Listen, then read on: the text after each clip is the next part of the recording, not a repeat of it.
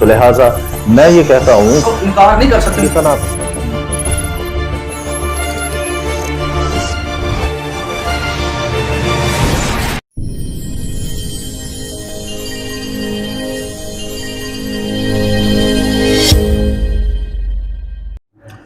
अदुनाई यहोशुआ हमश्या के जलाली और मुकद्दस नाम में आप सबको शबाश शलोम, हालेलुया।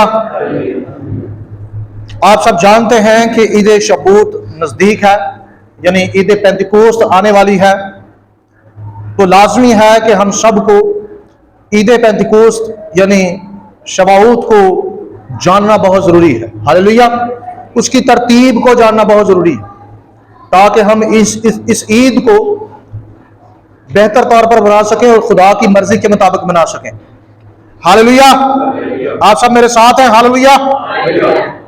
इससे पहले कि हम इस मौजू को आगे लेकर बढ़े, तो ईद शबाउत आने से पहले ही मुखालिफीन जो हैं वो डेड सी स्क्रोल कैलेंडर, जो कि यहोवा पाक खुदा का कैलेंडर है, उस पर सवालात कर रहे हैं। वैसे अगर आप उनके स्क्रीनशॉट देखें, मुझ तक पहुंचे हैं, तो उन्होंने अपनी रवायत को कायम रखते हुए मुकद्दस हनूक को बड़ी बदतमीजी के साथ मुखातब किया। मुकद्दस हनूक को उन्होंने, खुदा माफ करे, हनूकी कहा, हनूकी टीटनी, ये लफ्ज उन्होंने अदा किए। मुमकिन हो सका तो मैं वीडियो में उनके स्क्रीनशॉट चला दूंगा। और इस तरह से बहुत सारे बदतमीज अल्फाज जो हैं खुदा के कैलेंडर के लिए इस्तेमाल किए जाते हैं। ऐसे अल्फाज हैं जो ये अदा करके इस कैलेंडर की तौहीन की जाती है, जबकि हम बहुत सारे दलाइल दे चुके हैं कि ये कैलेंडर जो है साबित है कि ये यहोवा पाक खुदा का कैलेंडर है और खुदा ने इसे तख्लीक के आगाज से मुकर्रर किया और कायम किया है, हालेलुया, हालेलुया। तो इससे पहले कि हम इस मौजू को वसी पैमाने पर सीखें, मैं चाहता हूं कि हम इनके एतराजात के जवाब जरूर दें, क्योंकि एतराजात के जवाब फिर मैं कहूंगा, जैसा कि मैंने अपनी पोस्ट में भी लिखा था कि एतराजात के जवाब जो हैं बेशर्म लोग नहीं देते, लेकिन जिनके अंदर कोई शर्मो हया होती है वो एतराजात के जवाब जरूर देते हैं, हालेलुया। 3 साल हो चुके हैं इन हलेलियों से मुझे सवाल करते हुए। हलेली से मुराद यहूदी कमरी यूनानी कैलेंडर को फॉलो करने वाले, जो हलेल कैलेंडर को फॉलो करते हैं। अच्छा, तरीका वारदात इनका देखें, कहते हैं हम तो हलेल कैलेंडर को नहीं मानते, जबकि मान हलेल कैलेंडर को रहे हैं, जबकि मानते तो यहूदी कमरी यूनानी कैलेंडर। मैंने अपनी स्ट्रीम में भी साबित कर दिया है और मैंने तारीख पढ़ाई है, ये लास्ट स्ट्रीम के अंदर मैंने ये तारीख पढ़ाई है वॉरियर ऑफ जीसस चैनल पर। मैंने वहां बताया है कि किस तरह से मिनोलस काहिन जो था वो बनियामीन के कबीले से था। किस कबीले से था? आप सब ने बड़ी तवज्जो से ये बातें सुननी है, ठीक है? अपनी तवज्जो पूरे तौर पर इन बातों पर लगानी है, क्योंकि आपकी गुफ्तगू जब आपने लोगों से बाहर करनी है तो आपको पूरा मुद्दा पता हो, हालेलुया। मिनोलस जो था ये बनियामीन के कबीले से था और इंताकस इपिफीनस चहारम ने सरदार काहिन का ओहदा मिनोलस को बेचा था। ये जो यूनानी बादशाह था इंताकस इपिफीनस चहारम, और मिनोलस ने यह ओहदा किस तरह से खरीदा? हैकल के जो सोने के बर्तन थे वो उसने बेचे और बेचकर उसने इसकी कीमत अदा की और सरदार काहिन का जो ओहदा है उसको खरीद कर हैकल के अंदर काहिन बना और इसने 11 साल कहानत की। कितने साल? अब बाइबल मुकद्दस वाज़ेह तौर पर तौरात का ये वाज़ेह हुक्म है कि सरदार काहिन हैकल के अंदर लावी के कबीले और इस कबीले में से सदूक का घराना यानी एलिएजर का घराना हमेशा उसमें से कहानत आएगी, यानी सरदार काहिन हमेशा इस खानदान से लिया जाएगा। और यहां पर इंताकस इपिफीनस चहारम ने सरदार काहिन को एक ऐसे कबीले से लिया जो कि बनियामीन का कबीला था और जिसके बारे में शरा बिल्कुल भी इजाजत नहीं देती कि वो सरदार कहानत का काम करे। इसके अलावा जब आप जनाब मसीह तक ये सिलसिला देखते हैं तो रोमी और यूनानी मुसलसल इस ओहदे को बेचते रहे। सबूत के तौर पर जनाब मसीह के दौर में कितने सरदार काहिन थे? कितने सरदार काहिन थे आपने पढ़ा जी? हाँ जी, 2 थे जो इन्होंने मुकर्रर किए थे, जबकि मेरा मानना यह है कि 2 नहीं थे बल्कि 3 थे। कितने थे? एक हकीकी निस्बनामे के मुताबिक यूहन्ना नबी जो कि जकरिया का बेटा था। निस्ब के एतबार से और बारी के एतबार से कौन सरदार काहिन होना चाहिए? यूहन्ना। लेकिन इसके बावजूद हम देखते हैं कि यूनानियों ने और रोमियों ने बाकायदा तौर पर 2 सरदार काहिन पहले से ही कायम रखे हुए थे। तो तारीख में कभी भी आपने यहूदी हिस्ट्री आप उठाकर पढ़ ले, कभी भी तारीख में आपने ये नहीं देखा होगा कि यहूदियों में 2 सरदार काहिन हो या 3 हो। हमेशा एक ही रहा है, हमेशा एक ही सरदार काहिन रहा है। इससे साबित होता है कि जो फरीसी थे ये यूनानियों और रोमियों के चमचे थे। इन्हीं को हेलेनिस्ट ज्यूइश कहा जाता है। इनको क्या कहा जाता है? अगर ये हेलेनिस्ट ना होते तो यीशु को मसलूब करने का तकाजा ना करते, और इन्होंने किया, इन्होंने ये तकाजा। बहरहाल हम मजीद बढ़ते हैं, और मैंने जब कैलेंडर की हिस्ट्री बताई तो मुखालिफीन की जो पोशाक है उसमें बड़े शोले जल उठे और बेचारों को आग लगना शुरू हो गई। बहरहाल एक सवाल किया गया मुझे, आज ही किसी भाई ने स्क्रीनशॉट भेजे और उन्होंने कहा कि जी इन्होंने ये कहा है कि जी यीशु अल मसीह पहले फलों की ईद पर जिंदा हुआ था, पहले फलों की ईद पर जिंदा हुआ था। उन्होंने कहा जी डेड सी स्क्रोल कैलेंडर को फॉलो करने वाले यानी हम ये दलील देते हैं कि यीशु अल मसीह ने किसी को अपने आप को छूने 8 दिन तक नहीं दिया। बिल्कुल हम देते हैं। तो एक हवाला उन्होंने पेश किया जिस पर हम सारे जरा तवज्जो कर लें, पढ़ लें इसको। पहले मैं आपके सामने यह हवाला पढ़ देता हूं। मत्ती 28 बाब आयत नंबर 9 में लिखा है, और देखो यीशु उनसे मिला और उसने कहा सलाम। उन्होंने पास आकर उसके कदम पकड़े और उसे सिजदा किया। यह वाकया जो है अगर आप इसे सियाको सबाक से देखें तो यह सुबह सुबह का वक्त है जब मरियम मगदलीनी और दीगर औरतें कब्र पर गईं। ठीक है जी। मत्ती की अंजील में हम देखते हैं कि मरियम मगदलीनी जो है वो अकेली नहीं है। मत्ती की अंजील में हम देखते हैं कि वो अकेली नहीं है, उसके साथ दीगर औरतें हैं। लेकिन यूहन्ना की अंजील में जब इस वाकया को कोड किया जाता है तो उस वाकया से ऐसे तासुर पैदा होता है कि जैसे कि ये अकेली है, जैसा कि ये, क्योंकि वहां सारी बात इससे हो रही है, वहां सारी बात, जबकि दर हकीकत मत्ती की अंजील से पता चलता है कि ये अकेली नहीं है, ये अकेली नहीं है, इसके साथ और भी औरतें थी। लेकिन यूहन्ना की अंजील में सिर्फ सरे फरिश्त मरियम मगदलीनी को रखा गया। सरे फरिश्त किसको रखा गया? तो यूहन्ना ने दीगर औरतों का जिक्र करना मुनासिब नहीं समझा। मत्ती ने वो सारा वहां का जो माहौल था वो बयान किया। लेकिन ये बात अपने ज़हन में रख लें, ये भी हवाला यूहन्ना वाला भी आपके सामने पढ़ देता हूं। यूहन्ना की अंजील उसका 20 बाब आयत नंबर 17 पढ़ रहा हूं। यीशु ने उससे कहा मुझे ना छू, यीशु ने उससे कहा मुझे, क्योंकि मैं अब तक बाप के पास ऊपर नहीं गया, क्योंकि मैं अब तक बाप के पास ऊपर, फिर मैं कहूंगा हलेलियों को भी कि कान खोल के सुन लो।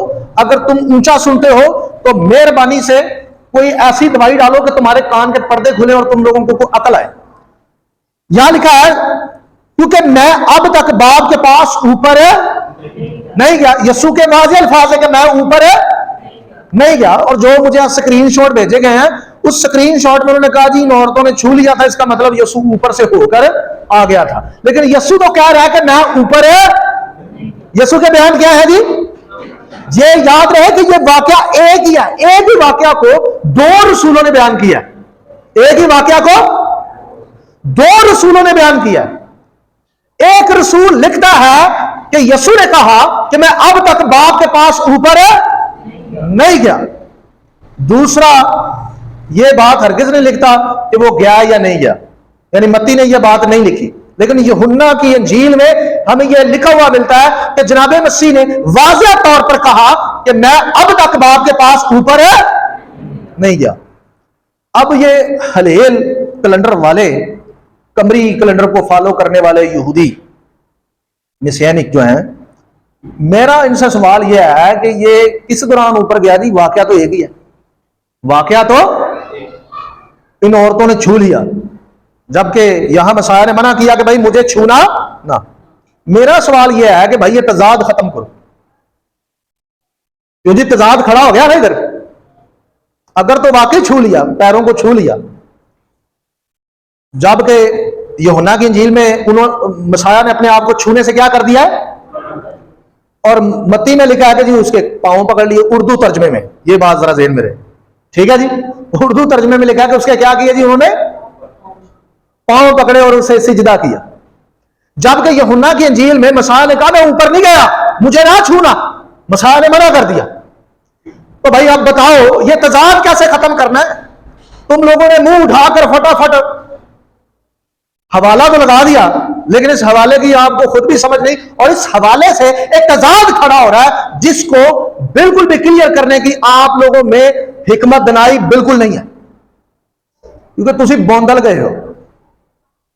क्यों जी? अब क्या करना है? मत्ती सही है या यूहन्ना?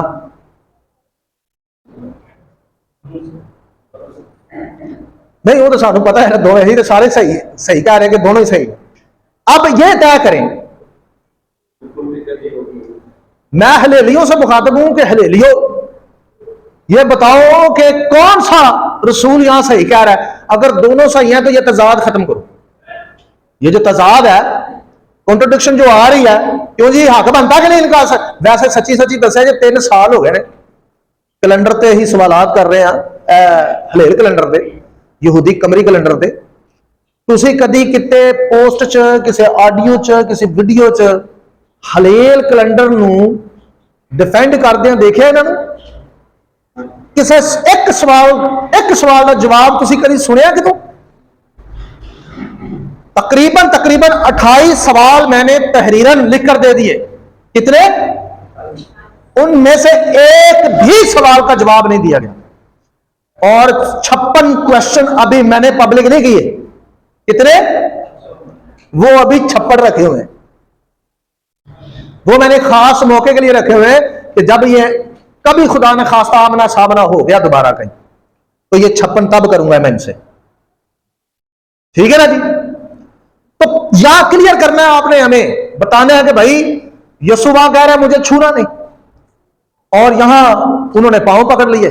वहां वो कह रहा है कि मैं बाप के पास ऊपर नहीं गया, और तुम लोगों ने अपनी तहरीरों में यह लिख दिया कि उन्होंने छू लिया था इसलिए यीशु ऊपर से होकर आ गया था। लेकिन यीशु तो कह रहा है मैं ऊपर गया ही नहीं। तुम लोग यीशु को भी झूठा बना रहे हैं जी।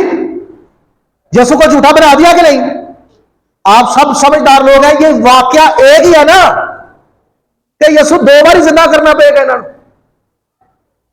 एक ही वाकया है, एक वाकया को 2 अंजील के अंदर लिखा हुआ है।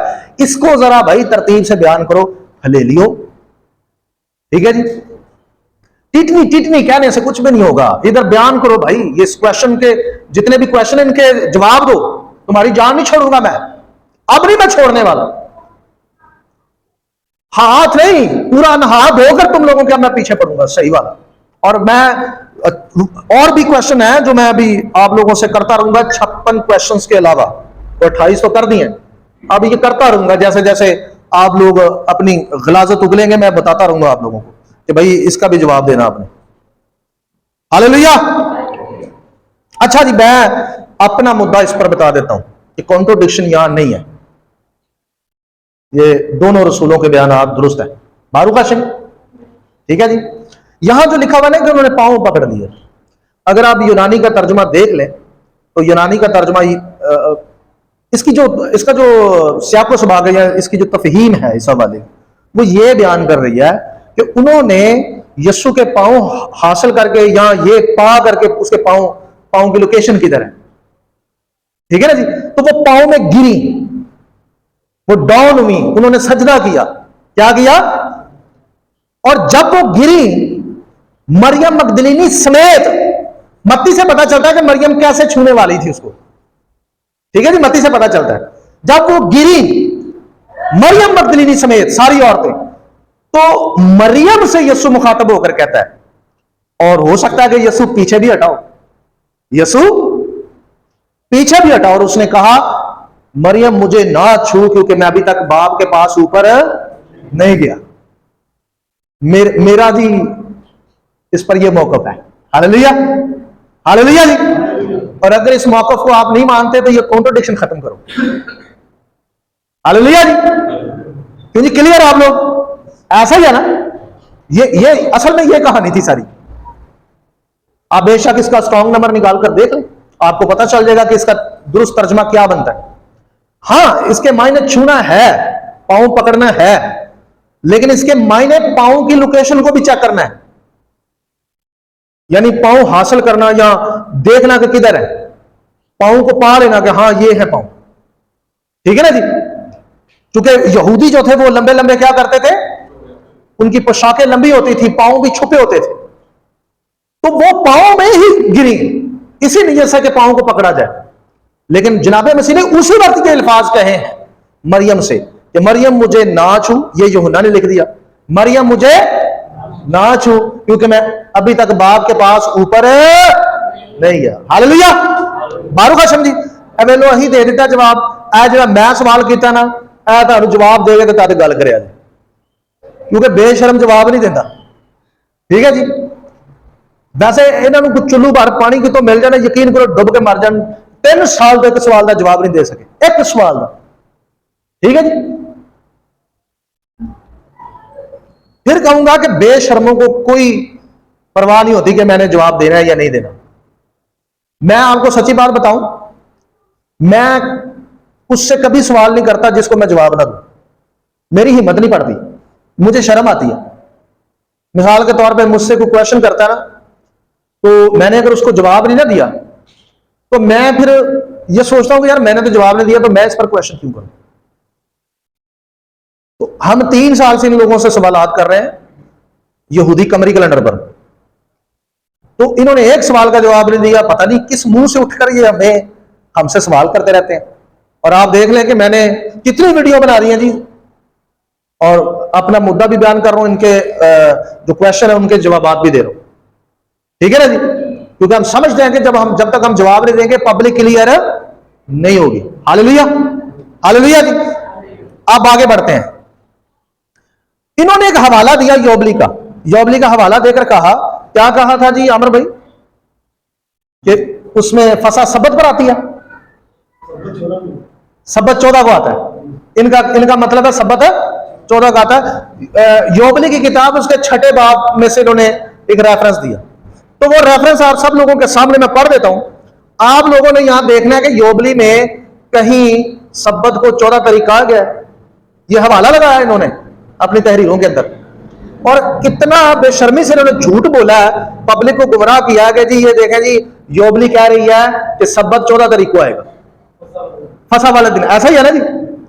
तो जरा मैं आप लोगों के सामने पढ़ देता हूं।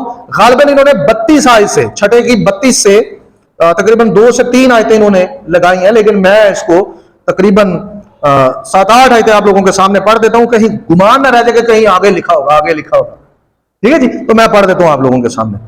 लिखा है जी, और बनी इसराइल को हुक्म दो कि वो इस हिसाब से सालों को माने, यानी 364 दिन, कितने, और ये एक पूरा साल बनाए, और उसके दिनों में और उसके वक्तों में, उसकी ईदों में कोई खलल ना डालें, क्योंकि हर चीज उनमें उनकी गवाही के मुताबिक निकलेगी, और वो किसी दिन में भी बाहर ना जाएं और ना किसी ईद में खलल डालें। लेकिन अगर वो कोताही करें और उसके हुक्म के मुताबिक उन पर अमल ना करें तो वो अपने तमाम मौसमों को बिगाड़ देंगे और साल उस हुक्म से मुनहरफ हो जाएंगे और वो मौसमों में खलल डालेंगे और साल मुंतशिर हो जाएंगे और वो अपने एलोहीम के हकाम को नजरअंदाज कर देंगे और तमाम बनी इसराइल भूल जाएंगे और सालों का रास्ता ना पाएंगे और नए महीनों और मौसमों और सबतों को भूल जाएंगे और वो सालों की तरतीब में गुमराह हो जाएंगे, क्योंकि मैं जानता हूं, इसीलिए मैं अब तुम्हारे लिए इसका ऐलान करूंगा। और ये मेरी अपनी तदबीर से नहीं है, क्योंकि मेरे सामने किताब लिखी गई है और आसमानी तख्तियों पर दिनों की तकसीम मुकर्रर है। ऐसा ना हो कि वो अहद की ईदों को भूल जाएं और गैर कौमों की ईदों के मुताबिक अपनी गुमराही और अपनी जहालत के बाद चलते रहें, क्योंकि ऐसे लोग होंगे जो यकीनी तौर पर चांद की पैरवी करेंगे और यह तरीका मौसमों को बेतरतीब करता है और हर साल पूरा साल होने से 10 दिन पहले साल मुकम्मल करता है। इसी वजह से उन पर वो साल आएंगे, तमाम दिनों को वो उलझा देंगे, नपाक को मुकद्दस के साथ और मुकद्दस दिन को नपाक के साथ, क्योंकि वो महीनों और शब्दों और ईदों और योबलियों के इम्तियाज में गुमराह हो जाएंगे। इसी वजह से मैं तुम्हें हुक्म देता हूं और गवाही देता हूं कि तुम इनकी गवाही दो, क्योंकि तुम्हारे मरने के बाद तुम्हारी औलाद उन्हें उलझा देगी ताकि वो साल को सिर्फ 364 दिन का ना रखें और इस वजह से वो नए महीनों, मौसमों, शब्दों और ईदों की तरतीब में गुमराह हो जाएंगे। वो हर किस्म का खून, हर किस्म के गोश्त के साथ खाएंगे। आपने सारा हवाला सुना, कहीं आपने पढ़ा कि जो 14 तारीख है सबत पर पड़ेगी, फसा सबत पर पड़ेगी, क्योंकि आप लोगों ने सुना कहीं? आप ये हवाला पढ़ भी सकते हैं, योबली 6 बाब की आयत नंबर 32 से लेकर तकरीबन 7-8 आयतें पढ़ ले आप। अच्छा, अब आप लोगों ने बताना है कि इन्होंने जो ये कहा है कि जी सबत जो है वो निशान पर पड़ता है। हलेली जेड़े ने झूठ बोलते ने सच बोलते ने, है जी? झूठे रहे आप, कि बेशर्मी ना झूठ बोले, एडी दलेरी ना, बड़े कॉन्फिडेंस ना बोले जनाब। मैं है सारा वाला पढ़िया, स्क्रीन पे भी चल रहा है, लेकिन एक बात आपको बताऊं, शर्म इनको फिर भी नहीं आ रही।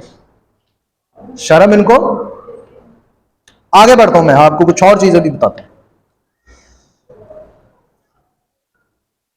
इन्होंने कहा जी योबली को अगर आप देख लो तो आपका जो पहले फलों की ईद है, इसी हवाले को 6 बाब को, तो आपकी जो ईद है वो 26 निशान पर नहीं पड़ती। 26 निशान पर यह दावा किया गया है, मेरे पास स्क्रीनशॉट है कि योबली के मुताबिक भी ये जो ईद है पहले फलों की वो 26 निशान पर नहीं पड़ेगी। तो अगर 18 निशान को हम पहले फलों की ईद को लें तो क्या तीसरे महीने की 15 तारीख पर ईद पेंतिकोस्त पड़ेगी? नहीं पड़ेगी, दिन बहुत ज्यादा हो जाएंगे, बल्कि उससे पहले पड़ जाएगी। ऐसा ही है। जबकि योबली पता क्या कह रहा है? 15 बाब की पहली आयत पढ़ रहा हूं, लिखा उस योबली के चौथे हफ्ते के चौथे साल के तीसरे महीने के वक्त में, यानी आधे महीने में, अब्राहम ने अनाज की कटाई के पहले फलों की ईद मनाई। पहले फलों की कौन से महीने में? तीसरे महीने के वस्त में, तीसरे महीने के यानी आधे महीने में। और अगर आप डेड सी स्क्रोल कैलेंडर, अपना जो कैलेंडर है डेड सी स्क्रोल कैलेंडर, इसको उठाकर देख लें तो इसमें ईद पेंतिकोस्त तीसरे महीने की 15 तारीख को आती है, बरोज एतवार इस दिन आती है। अब 15 से आप बैक चले जाएं, उम्र काउंटिंग कर लें, बैक चले जाएं या 26 से आगे आ जाएं, आप गिनती करते हैं तो आप डायरेक्टली तीसरे महीने की 15 तारीख पर पहुंचेंगे। हालेलुया। तो आपने यह भी झूठ बोला कि जी योबली के मुताबिक जो पहले फलों की ईद है वो 26 पर नहीं पड़ती। योबली तो यही कह रहा है, इसकी जो सेटिंग इसके अंदर लिखी हुई है, हालांकि योबली में कहीं नहीं लिखा कि पहले फलों की ईद 26 निशान को आएगी, ये योबली में नहीं लिखा, ये तो डेड सी स्क्रोल में लिखा हुआ है। और बाइबल से भी साबित है, जैसे कि हम पहले ईद जब हमने मनाई थी तो मैंने तरतीब सारी समझाई थी। तो यहां पर जॉबली में यह लिखा हुआ है कि भाई पहले तीसरे महीने की 15 तारीख पर अब्राहम ने जो है ईद पैंतीकोस मनाई थी, जो कि डेड सी स्क्रोल के अंदर भी वही डेट है। और अगर आप योबली को फॉलो करते हुए पीछे को जाएं, ओमर काउंटिंग को पीछे करते गिनते जाएं, तो आप सीधा कहां पहुंचेंगे? 26 पर पहुंचेंगे। तो योबली तो 26 बता रहा है। ईद शबोत की डेट जब मेंशन हो जा रहा है तो फिर आपको बैक रिवर्स करते हुए डेटें आपको पता चल जाएगा कि भाई ये डेट कौन सी बन रही है। पीछे 50 दिन गिन ले ना, बैक चले जाए तो ये 26 निशान। हाँ जी, अकल नहीं है ना। वो आप एक जुमला लिखते हैं एंड पे, जो कमेंट करते हैं आप कि तुम अकल के अंधे हो वो सही करते हैं आप। हलेलियों को वैसे अकल की कमी है और इनको अकल को नहीं आनी। दो चीजें नहीं इनको आनी, एक शर्म और एक अकल। ठीक है जी।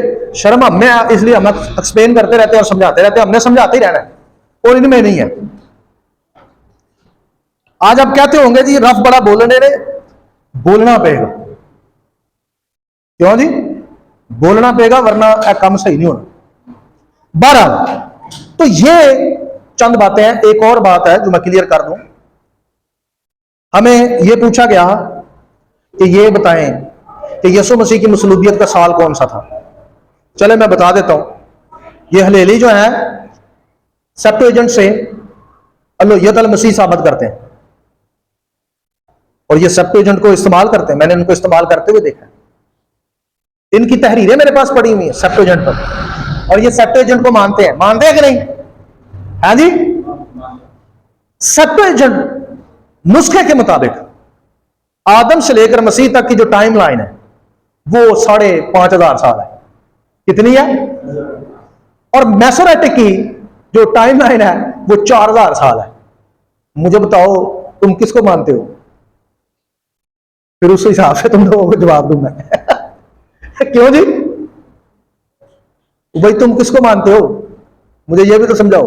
वैसे एक बात बताऊं, वो जो 56 क्वेश्चन है, अयाज साहब ने भी इस पर काम किया, वो मुझसे उन्होंने शेयर किया था। उसमें अगर आप कमरी कैलेंडर को रिवर्स करें, यहीं से आज से रिवर्स कर लें, पीछे चले जाएं, और कमरी कैलेंडर पर जो मसीह की मसलूबियत को मसीहानिक मानते हैं जो किस साल में हुई, अगर वहां पर चले जाएं तो आपको पता है कि ईद फसा बुध पर नहीं पड़ती।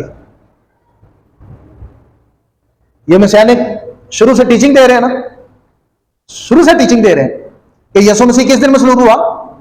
बुध को। ये कमरी कैलेंडर को रिवर्स करें आप, जरा जाएं पीछे 2000 साल पीछे।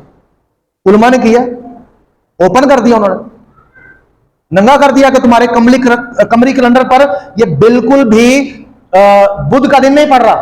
झूठ बोलते हो तुम। अगर आप कमरी कैलेंडर को फॉलो करेंगे तो ये जो आपका दावा है कि यीशु बुध पर मसलूब हुआ है, ये झूठा निकलेगा रिवर्स गेयर लगाकर देखो, जाओ पीछे जरा। और बहुत सारे उलमा ने ये साबित किया है कि ये गलत है। पता कौन से दिन पर पड़ रही है कमरी कैलेंडर के हिसाब से? ये नहीं मैं बताऊंगा।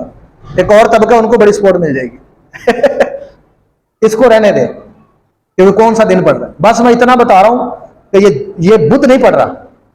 जब कभी तुम मेरे सामने आओगे, कहीं मेरे आमने सामने बैठोगे, तो फिर 56 के 56 सवाल जब तुम्हारे सामने रखूंगा, तो मैं दावे से कहता हूं तुम्हारी कुर्सी की चारों पाए जाना उधर ही टूट जाएंगे, तुम दर नीचे गिरोगे। अभी तो वो मैंने पब्लिक ही नहीं की है। मैं कहता तुम पर मुझे तरस आता, मैं कहता हूं यार उन्हें भी नशे भजे मेरे बेचारे, और मैं एंजॉय करता रहना, वाह नशे दे। अभी तो मैं तारीख बता रहा हूं, इस हफ्ते भी, कल भी मैंने स्ट्रीम करनी है और मैंने हिस्ट्री बतानी है, खास तौर पर इंताकिस सिपीफिनस चहारम ने क्या किया और मिनोलस ने क्या किया। ठीक है जी।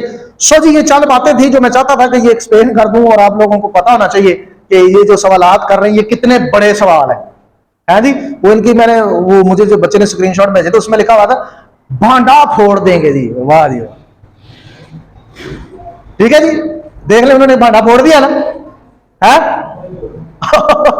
अच्छा, एक और पोस्ट मुझे भेजी थी किसी ने, उसमें वो लिखा हुआ था ये हलेली टीटनी कैलेंडर के जो फॉलो करने वाले हैं, इन्होंने लिखा हुआ था उसमें कि जी पैदाइश की किताब में जो कैलेंडर इस्तेमाल हुआ वो 30 दिन का है। ये खुद ही लिख रहे हैं, इन्होंने खुद ही लिखा हुआ है।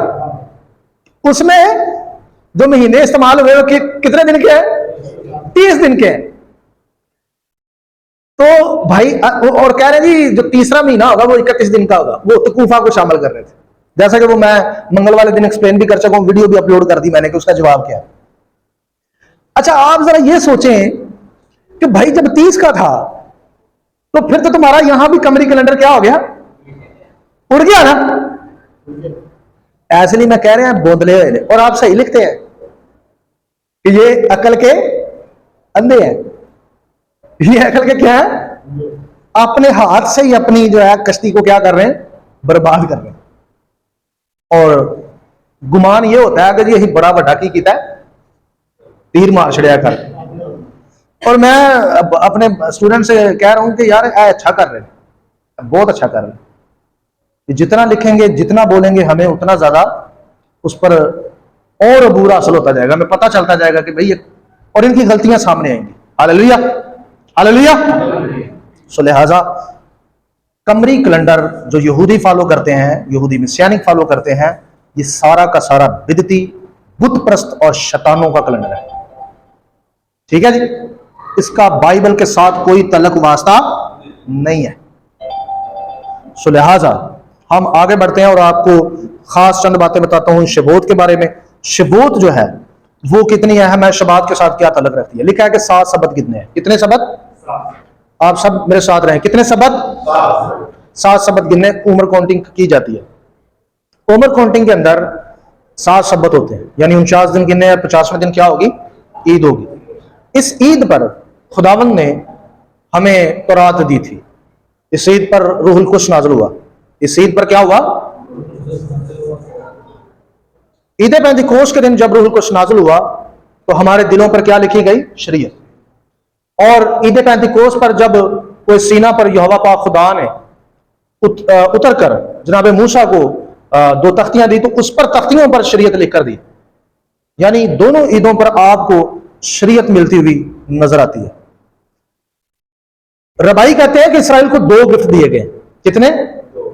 एक है मसाया और दूसरा है तोरा।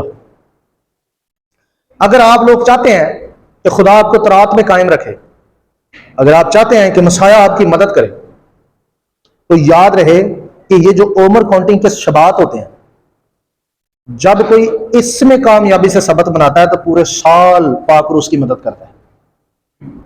पूरा साल उसकी पाकरू क्या करता है? मदद करता है। लिखा है कि मैं तुम्हारे दिल से संगीन दिल को क्या करूंगा? निकाल दूंगा और तुम्हें गोश्तीन दिल अनायत करूंगा और तुम मेरे आइन की क्या करोगे? पैरवी करो। खुदा मदद करना शुरू कर देता है। खुदा हमारे अंदर ऐसी रूह पैदा करता है कि तब हमारे लिए शरीयत पर अमल करना मुश्किल नहीं होता, क्योंकि यहूदियों के अंदर यह माना जाता है कि दरअसल जो शरीयत है ये 7 सबतों को मानने का गिफ्ट है।